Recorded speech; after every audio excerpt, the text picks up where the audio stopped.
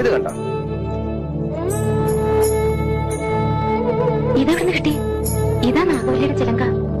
അതായത് 150 പരം വർഷങ്ങൾ പഴക്കമുള്ള ചിലങ്ക. എന്നാ തെറ്റി, ഇതാ ചിലങ്കയല്ല. ഇതിന് 5 വർഷത്തെ പഴക്കം പോലുമില്ല. എന്ന് വെച്ചാൽ നാഗവല്ലിയുടെ വിലപിടിപ്പുള്ള ഒറിജിനൽ ചിലങ്ക തെക്കയിൽ നിന്ന് പോയി എന്നർത്ഥം. എവിടെ പോവാൻ? ഇത് തന്നെ ആണെന്ന് തോന്നാം, പക്ഷെ ഒറിജിനൽ അല്ല. ചുമ്മാ ഇരി സണ്ണി.